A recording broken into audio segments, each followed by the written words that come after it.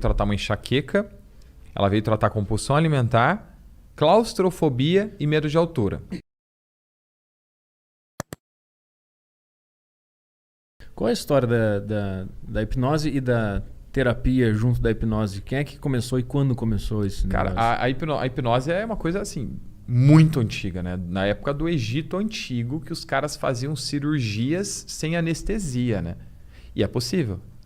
Fazer, por exemplo, eu tenho uma tatuagem no braço, eu fiz uma tatuagem no braço sem anestesia.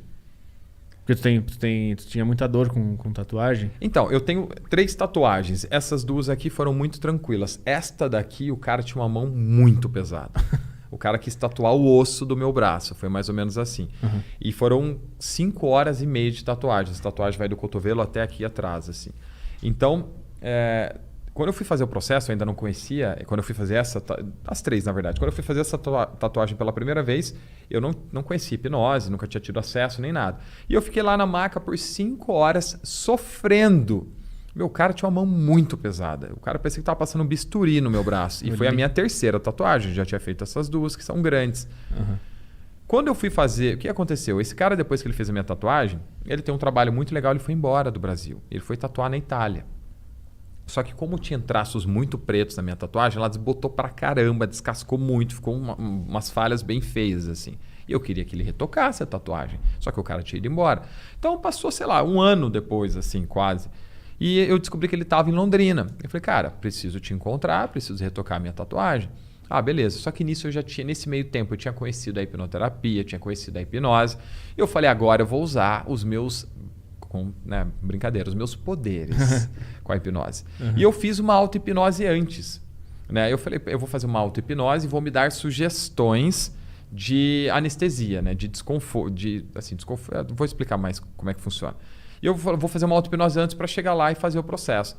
Cheguei, fui fazer uma auto-hipnose e no meu cronograma eu vou chegar uns 15 minutos antes. Eu vou fazer uma auto-hipnose, vou me dar sugestões e na hora que ele começar eu tô tranquilo. Eu cheguei, ele já falou, Bruno, tá tudo pronto, tira a camisa e deita. Eu falei, pronto, ferrou. Né? Aí eu deitei lá e o cara passando a gilete. Cara, a gilete doía mais que a tatuagem do cara, de tão pesada que era a mão dele. Pra você ter uma noção, aquela bique descartável assim, arrancando o couro junto. E aí ele foi, eu tentando fazer auto-hipnose aqui, me dando sugestões positivas, né? Do desconforto vai embora, etc. E o cara ali falando comigo, eu não conseguia. De repente ele começou bem aqui atrás, perto da dobrinha do braço. Uhum. E é uma parte que dói pra caramba, né? Uma pele mais molinha. Cara, ele começou logo ali a fazer o retoque, né? Eu falei, poxa vida, e doendo pra caramba ali. Cara, deu uns 5 minutos de tatuagem, parece que eu virei uma chave, assim. Desliguei. De repente eu parei de sentir dor. Eu comecei a perceber o que estava acontecendo. Eu falei, ué, eu sentia o cara passando a agulha no braço da maquininha de tatuagem, mas eu não sentia a dor. Uhum. Aí eu comecei a dar risada, eu tive uma crise de riso. Eu falei, comecei a dar risada do cara, o que está acontecendo? Eu falei, cara, não está doendo. Eu falei, como não está doendo? Não estou sentindo dor. Eu falei, mas como assim? Eu falei, não está doendo. O cara retocou a minha tatuagem inteira. Para dizer que eu não senti nada, eu senti uns 5%. Eu senti um ardidinho bem leve. Uhum. Perto do que eu tinha sentido antes. Então, assim, foi impressionante. E até que no peito, por exemplo, eu tenho uma cicatriz que eu fiz, eu tinha um nódulozinho, assim, e aí eu fui no dermato, ele, vamos cauterizar esse negócio aí. Cauterizou, lá em Porto Alegre ainda, eu tava lá. Uhum. Aí ficou um buraco, aquilo cresceu, estupou, nossa, o que eu ia falar? Estourou e virou uma queloide, né? Estufou e virou uma queloide. E ficou pior do que estava, né? Eu falei, pô, caramba. Aí eu fui numa médica em Londrina, ela falou, você tem 2 opções. Ou você corta ela e corre o risco de ter uma outra maior, ou você faz uma injeção de corticoide que vai te ajudar a diminuir. Só que assim, provavelmente não vai dar certo. Poucos casos funcionam com a efetividade que o cliente busca, etc, etc. Eu falei, eu vou fazer. Ela falou, só que arde, tá? O médico tem esse poder, né? De dar sugestão negativa, né? E aí já piora o que arder um pouquinho, já arde mais. Aí eu falei, cara, eu fiz uma auto-hipnose antes de chegar lá na dermato, eu falei, vai arder nada, cara. Eu fiquei me dando sugestões positivas, né? Porque assim, lembra que a nossa mente tem a nossa mente reproduz tudo aquilo que eu já vi, ouvi e senti? Então, você já sentiu uma anestesia de dentista? Se você já colocou a tua mão dentro de um balde de gelo, você consegue reproduzir aquela mesma sensação. Uhum. Então é como se eu lembrasse daquela sensação de enfiar a mão dentro do balde de gelo ou ficar segurando uma pedra de gelo e passasse no meu braço aquilo. E eu fiz isso no peito. Aqui assim. Aí ela foi com a injeçãozinha, falou, vai doer um pouquinho, tá? Eu já me dei a sugestão. Eu falei, não vai doer nada, cara. Eu fiquei aqui trabalhando mentalmente. Cara, ela aplicou a injeção, eu senti agulha, mas eu não senti dor. Eu senti agulha e ela tirou e ela falou, e aí, doeu? Eu falei, não doeu nada. Ela, como? Eu falei, não ardeu nada, não senti nada. E eu fiz essa injeção acho que 3 ou 4 vezes. E nenhuma delas eu senti dor. E ela fala que sempre arde, os pacientes reclamam e etc. Auto-hipnose, como é que faz para se auto-hipnotizar? O que é uma auto-hipnose? Se não tem uma autoridade te falando. Legal. Toda hipnose é auto-hipnose.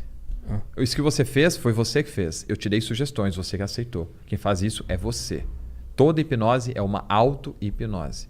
Ninguém tem o poder de te hipnotizar. A pessoa tem a possibilidade de te dar sugestões e fazer com que você entre nesse estado. Não é ela que faz com você, é você que faz. Então a auto-hipnose, tirando essa parte da terapia, é um potencializador de sugestões. Se você ficar dizendo aqui agora, eu quero dormir muito bem hoje, será que você realmente vai dormir bem? Pouco provável que tenha uma efetividade muito grande. Mas o que é auto-hipnose? Se você se der essa sugestão nesse estado de foco e concentração extrema, você tem uma efetividade muito maior. Por exemplo, todas as noites eu uso auto-hipnose. Eu tenho um gatilho que eu até instalo em todos os clientes, que é um gatilho de auto-hipnose, como se a gente instalasse isso no dedo, no interruptor. O dedo indicador fosse um interruptor. Quando está assim, tá ligado. Tô aqui, tô ligadão, tô acordadão. Quando eu faço isso, eu desligo. Então, por consequência, é como se eu voltasse para aquele estado de transe profundo, bem gostoso. Então, eu me dou uma sugestão e repito ela 5 vezes. Por exemplo, eu durmo agora e eu acordo às 5, que é o horário que eu acordo para treinar, extremamente disposto e motivado. Durmo às 5 e durmo agora e acordo às 5 disposto e motivado. E repito essa sugestão 5 vezes. Na 5ª vez eu desligo o meu gatilho. Eu entro em transe. Né? Então eu relaxo. Estou na minha cama, eu me dou essa sugestão 5 vezes, encho o pulmão e solto o ar e desligo. Eu relaxo profundamente aqui. Ó. E fico aqui. Cara, eu durmo capoto. Eu durmo em menos de 5 minutos. Todo dia. Mas tu precisa treinar para conseguir se auto-hipnotizar por muito tempo? Como é que é? É porque assim, toda ferramenta nova para nossa mente exige um treino. Uhum. Então assim, eu posso instalar esse gatilho em você agora. É simples, é um gatilho mental. A gente tem gatilhos o tempo inteiro, âncoras a gente tem o tempo inteiro. O que é uma âncora, por exemplo? É aquilo que você faz o tempo inteiro. Você acorda de manhã e tem o hábito de fazer xixi. Uhum. Às vezes você nem está com a bexiga cheia, mas aquilo é um gatilho para você. Acordar, xixi. O que você faz depois? Acorda, xixi, escova o dente. Isso são gatilhos que a gente tem no nosso dia a dia. Por exemplo, eu tinha um gatilho muito forte com doce. Cara, eu tomava um café, me via uma vontade louca de comer doce. Eu comia doce e me via vontade de tomar café. Então, são gatilhos que a gente tem. A gente faz isso o tempo inteiro. São gatilhos mentais, né? Isso a gente pode dizer que durante a vida a gente vai se hipnotizando para fazer esse tipo de coisa, por exemplo? Tudo. A gente tem gatilho o tempo inteiro para tudo. Para tudo. Tudo que acontece da hora que a gente vai dormir até a hora, ou melhor, da hora que a gente acorda até a hora que a gente vai dormir o tempo inteiro. A gente é cheio de gatilhos e âncoras. Eu tenho muito problema com agulha. Eu desmaio, passo mal. Esses dias eu fui limpar o ouvido e minha pressão baixou, porque eu tenho alguma coisa com coisas entrando pequenas. Eu tenho alguma coisa com isso. Tem como, tipo assim, resolver esse problema para sempre com uma sessão dessas, ou é uma coisa que o cara tem que voltar e reforçar? Não, dá para fazer rápido. E fobia é uma coisa muito rápida de resolver dentro do processo. Eu já tive, por exemplo, deve fazer um mês. Eu atendi uma mulher que ela até foi embora para o Chile. O marido dela é chileno, ela fez o processo e foi embora. E essa mulher, ela veio tratar algumas coisas. Ela veio tratar uma enxaqueca, ela veio tratar compulsão alimentar, claustrofobia e medo de altura.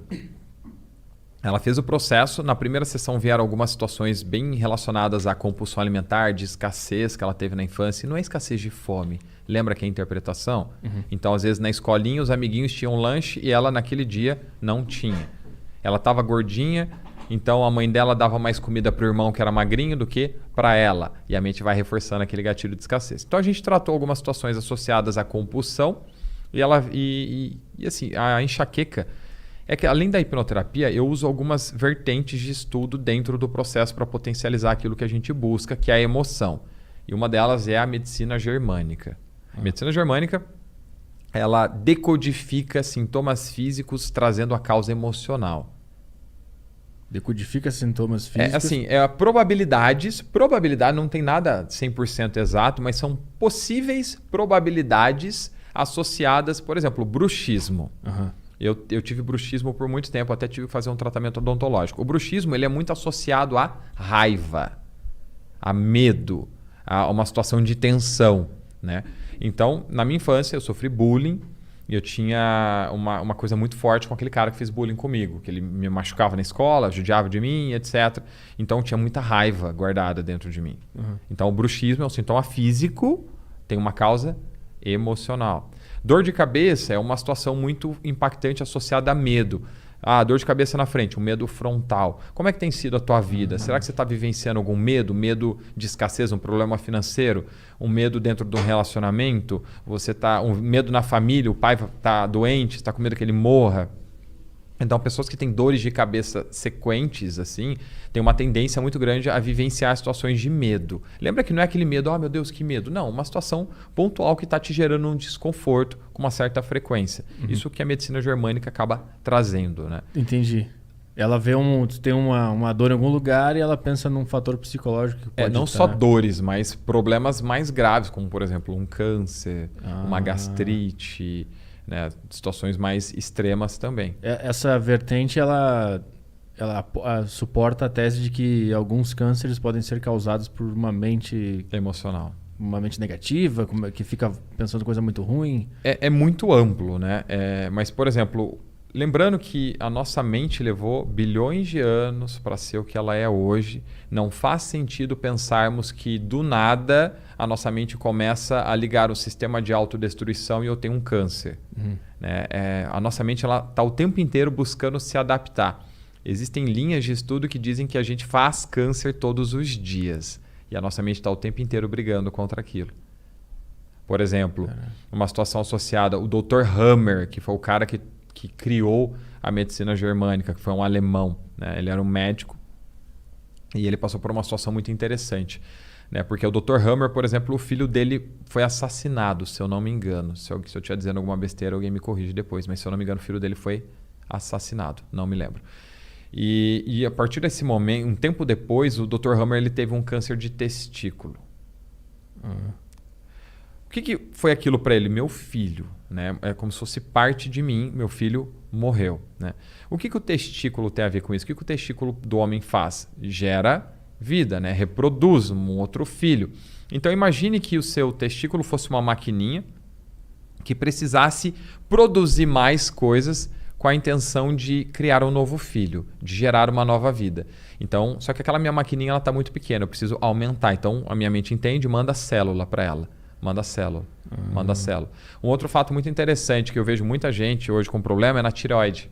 Uhum. Cara, você nunca viu tanta gente com problema na tireoide como tem hoje. Muita gente. Ou com hipo, ou com hiper, ou com câncer na tireoide. A tireoide é uma glândula que produz o hormônio da ação. Então imagina que você está numa correria louca. Esses tempos atrás eu atendi um médico que ele teve câncer, né, uma probabilidade e na dúvida ele acabou tirando a tireoide. Ele não chegou a ter um diagnóstico de câncer, mas disseram que era interessante ele tirar e ele tirou. Ele era médico e etc. O que aconteceu? A tireoide é uma glândula do hormônio da ação. Né? E o que acontece? Ele estava numa corrida muito louca. Assim. Ele estava fazendo faculdade, aí ele estava fazendo... O que vem depois da faculdade, que eu esqueci o nome, os 2 anos. Pós? Ou mestrado? Não era. A especialização que ele estava fazendo. Então ele estava numa correria muito louca e fazendo plantão. Cara, ele não estava dando conta da quantidade de coisas que ele precisava fazer. Uhum. Imagine a tireoide sendo uma maquininha que produz em unidades X coisinhas, que faz com que eu faça as coisas do meu dia a dia. Por exemplo, 10 unidades de alguma coisa. Tá? É só um exemplo, tá? Uma analogia.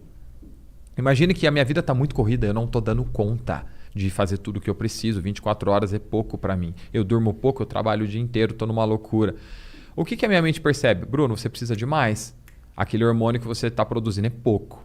Você precisa de mais hormônio da ação. Então, o meu cérebro, minha mente entende aquilo e fala, aí galera, é o seguinte, vamos aumentar essa maquininha aí porque ela não está dando conta. Então, ela manda A mente manda o corpo aumentar a quantidade de células daquela glândula, fazendo com que ela aumente o seu tamanho para, dentro de padrões de uma mente emocional que não pensa, aumentar a sua capacidade de produzir o hormônio da ação. O que acontece quando eu estou mandando célula para aquele lugar? Célula, célula, célula, câncer. Caralho. Então, dentro desta linha de estudo, tudo é uma adaptação. A gente não fica doente à toa.